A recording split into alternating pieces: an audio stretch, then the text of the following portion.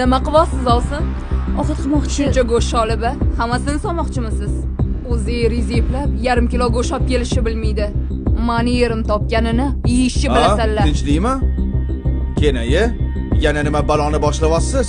Ko'rmaysizmi dadasi? Bular tejashni ham bilmaydi. Qachongacha sizni topganingizni yeyishadi? Dostonbek, akangiz tug'ilgan kunlar edi. Shunga yaxshiroq ovqat qilmoqchi edim. Aqling? Mani pulimga emasdi. O'zi sizlarni boqayotganim yetmaganda nima? Akamni tug'ilgan kunini ham men nishonlab berishim kerakmi? Tinchlikmi ukam? Amana qahramoningiz o'zi ham keldilar.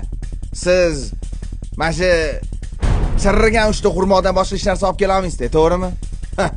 Aka, chiqib keting. Keta qolinglar. Hammamiz tinch yashaymiz. Alohida chiqsangiz hammamizga yaxshi bo'ladi, aka. Xo'p. Faqat bir oyda O'g'il bola bo'ling, aka. onasi Labbi, narsalaringni yig'ishtir. qatga ham chiqam. Yig'ishtir dedim. Ketamiz. Qaqqa? Ha, o'zing chiqib ket deding-ku. Ha, chiqib keting. Faqat yenguyingizga chiqib ketasiz. Sizga uyaldim. O'zimiznikidan ham kattaroq, o'zimiznikidan ham yaxshiroq. Tug'ilgan kuningiz bilan, aka. Men umuman aybim yo'q-ku, lekin hammasiga erim majburladi. Ammo qizuroq bo'lsindirim-da.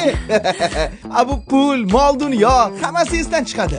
Lekin ota-onamiz aytganlaridek, oqibatimiz yo'qolmasin, akajon. O'zimizga boshingga kelsa kulfat, Vo, akang ukang bo'larkan eng zo'r ulfat.